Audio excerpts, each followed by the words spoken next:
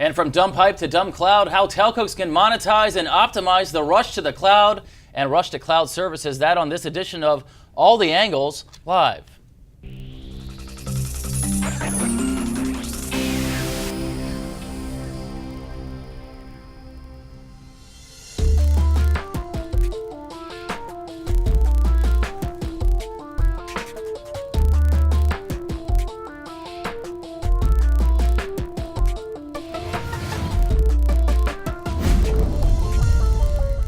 And can telcos create high-value community clouds to serve the needs of specific vertical industries? Can they mobilize the cloud to transform business processes encompassing people and embedded devices?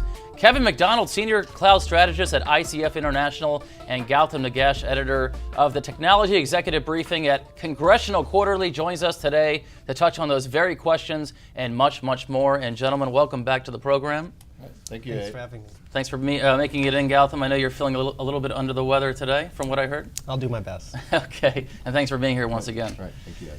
Let's start the show with a brief synopsis of what cloud computing is, and I got this, the attribution for this definition is from the National Institute of Standards and Technology, and it reads, cloud computing is a model for enabling convenient on-demand network access to a shared pool of configurable computing resources, for example, networks, servers, storage applications, and services that can be rapidly provisioned and released with minimal management effort or service provider interaction.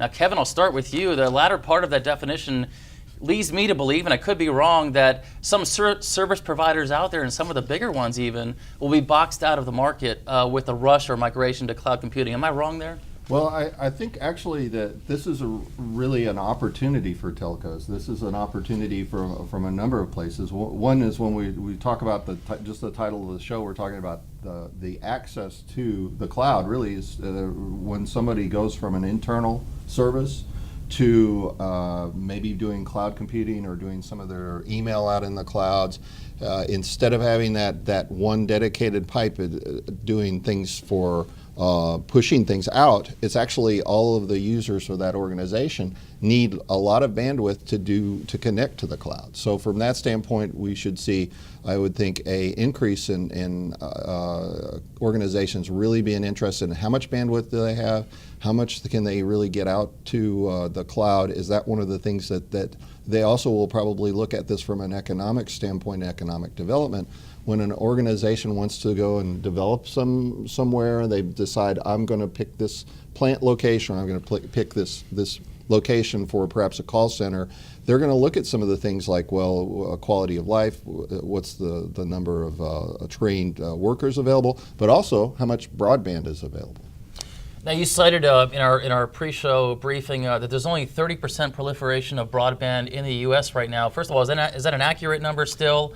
And secondly, is the connectivity from these carriers enough to stay competitive in this new market? Well, in the actual those actual stats were verified that that's a recent study that came out in January. That is a 30% penetration of broadband access. We're starting to see some of that to pick up some speed with the availability of smart devices, where somebody's got perhaps a wireless connection to their devices, and we're seeing kind of a gradual changeover for at least on the consumer side where they're using broadband.